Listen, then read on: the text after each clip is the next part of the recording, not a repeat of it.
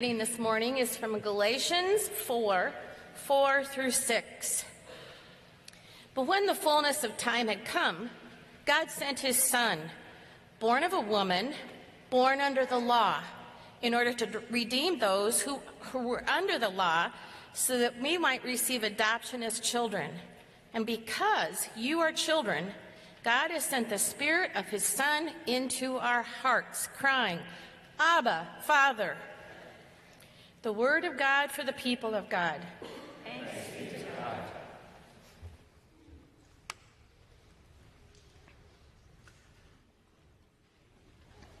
Friends, the United Methodist Church has 3 general rules, and the general rules are in a certain order for a certain reason. You may have heard the general rules boiled down as something called the 3 simple rules, which is do no harm, do good, stay in love with God.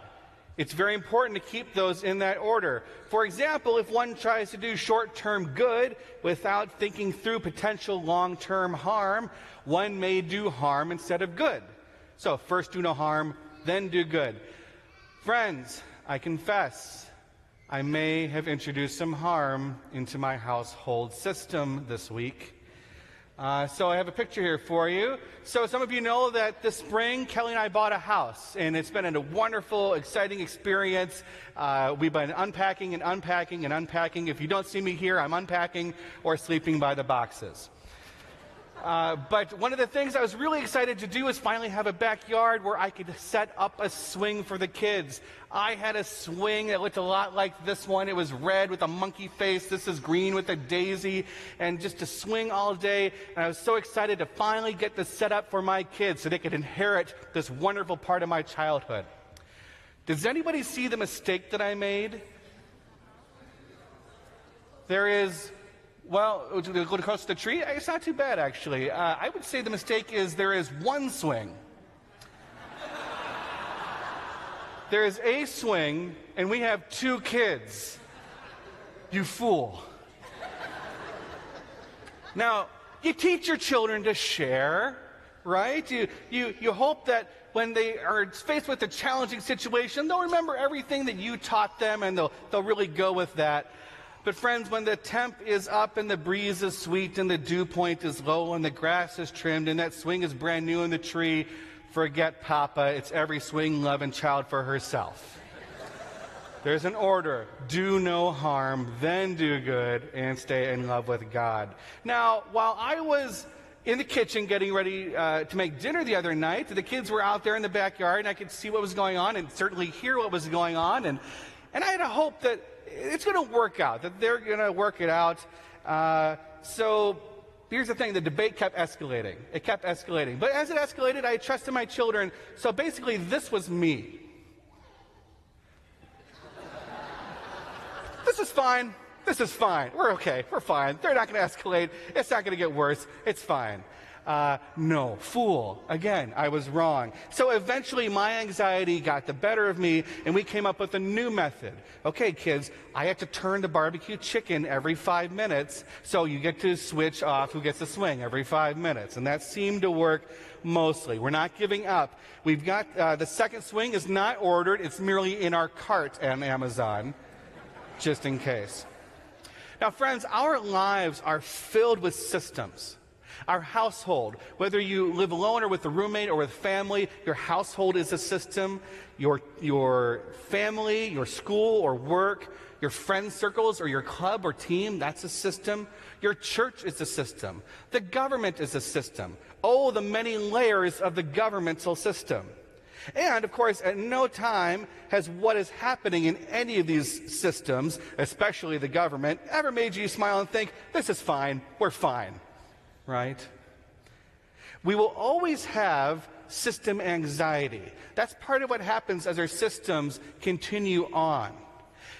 While we'll always have system anxiety, it's how we respond to that anxiety that matters. For the reading today, the Apostle Paul, he's using the letter to the Galatians for several purposes. This is a young church. They're just getting together. It's Jews and Gentiles figuring out what's the new system. How are we going to do this? How do we get in the swing of things? And they receive a push from Paul to come together. Chapter 1 Paul reminds them where he's coming from. In chapter 2, he reminds them that Jesus brings the Jews and the Gentiles together to make something new. Chapter 3, he reminds them that it's not just about the law that kept some of you together, but it's how you receive the love of Jesus and how you share it. For it's no longer Jew or Greek or slave or free or male or female, but all are one in Jesus. Later in chapter 5, Paul writes of the fruit of the Spirit and how you can use that to identify how they're cooperating with God is paying off. And he rounds it out with chapter 6, where he calls on them to be there for each other as Jesus is there for you. And here in chapter 4, this is where Paul writes of how the Galatians are becoming children, free to inherit all that God would have for them. And the Spirit is right here and right now, and it's for you. Paul says, I've had my own back and forth journey, but you, come together, share the love of Jesus, be children free to take what God has given, be fruitful by the Spirit, and be there for each other. Galatians is a letter that's one part memoir, one part assurance, and one part call to action. It's a sort of empathetic accountability that's needed when someone experiences anxiety in a system. Elaine Heath, who wrote the book that we're reading as a church, God Unbound. I love this book. She writes that the chaos of system change is not the enemy. The chaos of the system's change itself, that's not the enemy. The real problem resides in a particular type of fear. And with Spirit-filled hearts, friends, we cast out fear and anxiety. It's mid-July, so it's wedding season. And I'm working with multiple couples right now, and it turns out working with couples as they prepare for their wedding and their marriage has just been one of my favorite parts of being a pastor. I absolutely love it. And as we prepare for the wedding, we're actually doing more about the marriage. So we do something called premarital sessions, where we come together and talk about the relationship. It's not premarital counseling. I'm not a licensed counselor. It's premarital sessions. So they take an inventory, and then we look at the results, and we look at their strength areas and their growth areas and how they communicate, because only on the last of those meetings do we ever talk about the ceremony. The wedding day is just the first day. We're looking at all the rest of the days that come after it. Now, I want to share a little bit about it. No, I don't have any dirt to share. I'm not going to give you the inside scoop in any of these couples.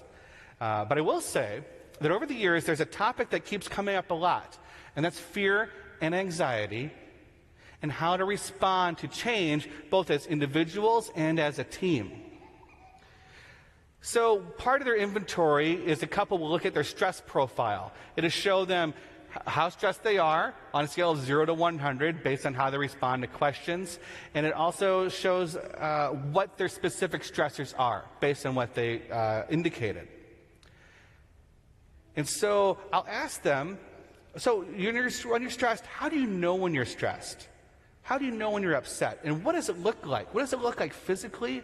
What does it look like mentally? How does it feel emotionally? Does your body get tight? Do you feel heavy? Do you feel like there's this literal burden on you? Is it tears? Do you get a little mopey, a little crabby? What's it look like? How about the rest of us? When we're stressed, do we know our own signs for how we're being stressed out? So they tell me this is how I know I'm stressed, and then I ask their partner, how do you know when they're stressed? And often it's the same kind of things. I can tell that maybe they're a little moodier or they're quieted down, but sometimes they offer something new. Like, a partner, she also does this, or he also does that. And sometimes the person has no idea that they're giving off this kind of vibe. Fascinating. We put off signals we're unaware of. Imagine that. So then I asked this partner, what do you do to be there for them?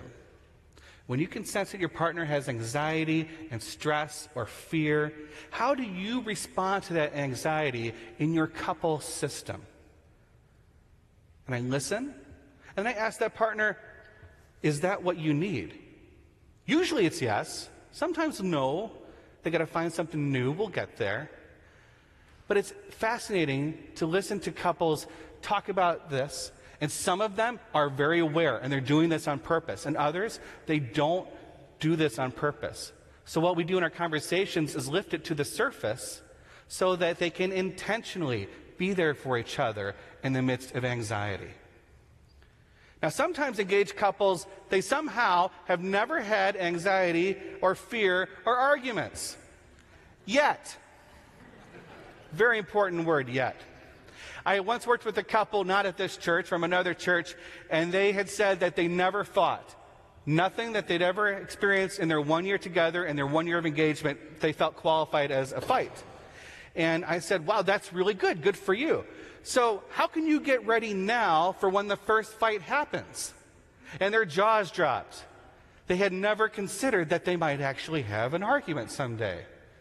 But how can we prepare and preload for anxiety when it comes? Whether anxiety swings high and frequent or low and seldom, awareness and intentionality are necessary. And adopting coping skills or adapting old skills to build a new family system is key. For Paul in the Galatians, he says, start with a basic awareness that you are all children of God. You are heirs to all that is spirit-filled, and all means all. And knowing this about you and about your neighbor, that's a good place to start as you figure out how to build systems. For these couples in these premarital sessions, we talk about mutual respect, mutual admiration, self-humility. One of their first exercises they do is introduce their partner to me.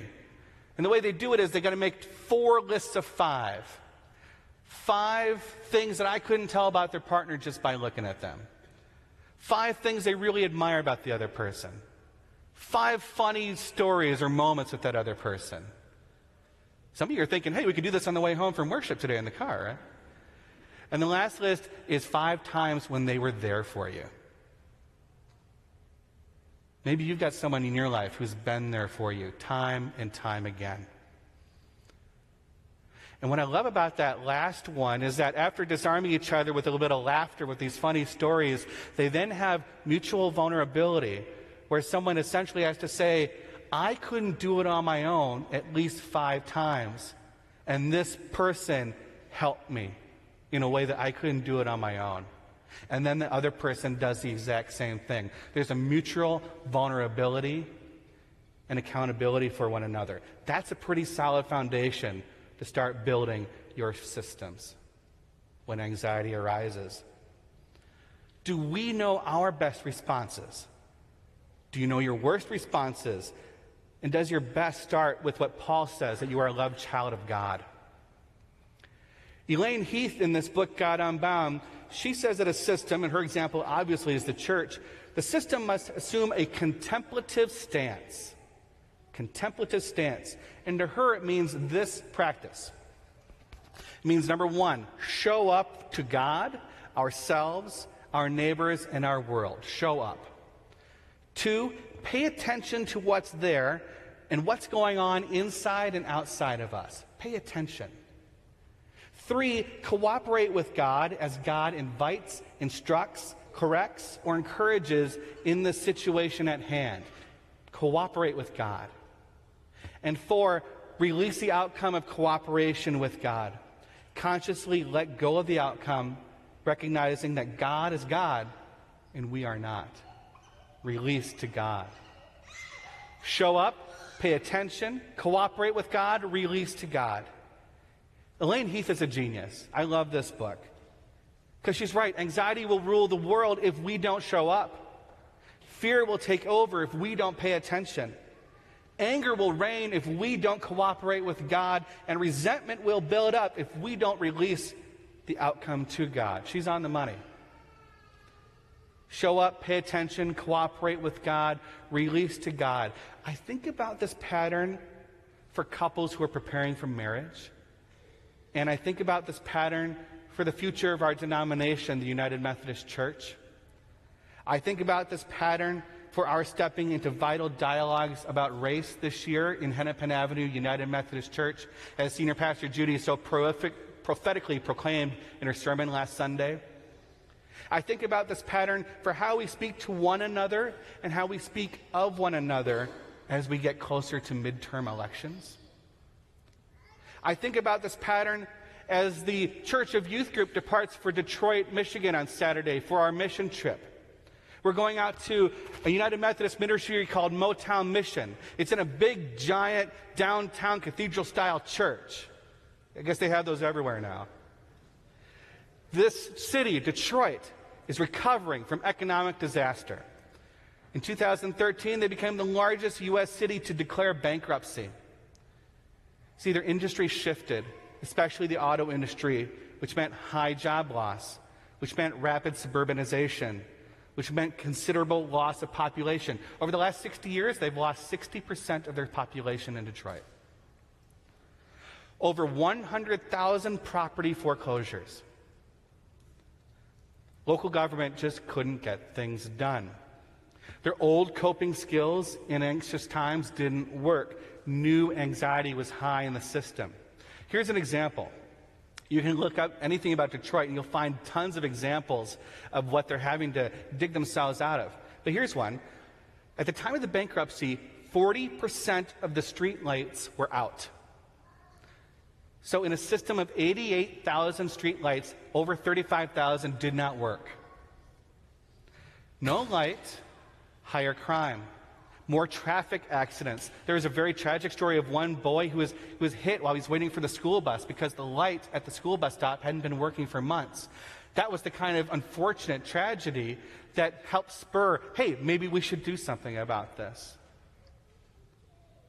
The worst thing that happened with the street light, the effect of high feelings of anxious vulnerability. Not the mutual vulnerability that I spoke of with those couples preparing for marriage, but anxious vulnerability. It was deferred maintenance in a broken system over decades and vandalism by metal scrappers who were desperate while clinging for dear life in a broken system. So their fear on top of their neighbor's fear, on top of their city's fear. Now this example has a happier ending. In 2016, 2 years after Detroit swung their way out of bankruptcy, they started a 3-year, $185 million campaign to do a street lamp renovation.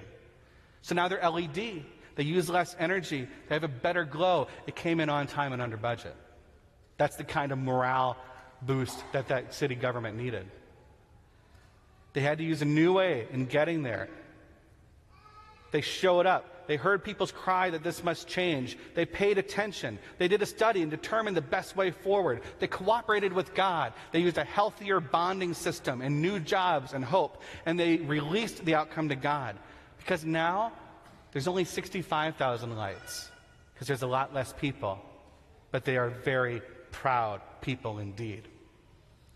Now, for our part, the youth group, we're likely going to do some home repair, some feeding and some greening and some other economic disaster recovery work, and we're going to show up for our neighbor through God. We'll do our best to pay attention to what's in Detroit and what it does to us. We will do our best to cooperate with God on our projects. And we'll do our best to release the outcome to God because many missionaries have come before us and many will come after us too. Please pray for us while we're away, the 28th through the 4th. Because with Spirit-filled hearts, we will do what we can to help cast out fear and anxiety in this beautiful city. The Spirit is God's gift in the midst of anxiety. You know, it's strange, whether in confirmation or just talking with people about God, in the Spirit. The Spirit is the aspect of the Holy Trinity that people tell me that they understand the least. It's sort of ethereal or misty or windy. It's just kind of out there, the Spirit. Yet to me, the Spirit is the way of experiencing God, which I feel is the closest. The Spirit is simply this. The Spirit is God's compassionate presence with humankind for strength and comfort. The Spirit is what we feel when we no longer want to live like this. The other one. We need the Spirit when we feel like this. Because it's not all fine. Not by a long shot. And God knows this. It's why God unites the Galatians by sending the Spirit into their hearts. It's why premarital couples seek mutual vulnerability and complementary coping skills together. Why we can have tough conversations about how to be God's church and come out stronger on the other end. It's why we can build a beautiful city like Detroit. It's why we can build a beautiful city in Biwala. It's why we look at a cartoon like this and say, absolutely not. It's why the fear that threatens to push us away from Jesus does not stand a chance, my friends. Heath writes that in the face of anxiety, we must lead, we must introduce practices of prayer, we must teach, we must encourage, we must help everyone move into a stance that makes the Spirit recognizable, help others be open to feeling the sweet breeze of the Spirit. And God is so ready, my friends, so ready to hear us cry out, Abba, Papa, give us a push. So ready for us to take turns. So ready for us to swing on the sweet breeze of the Spirit. May we be the kind of people who show up and pay attention in the midst of anxious systems. May we align ourselves with the people who cooperate and release ministry to God. And may we experience God cooperating with us as we confront the fear and anxiety that threaten our systems. Because it's not fine, but we will get there. May it be so, and amen.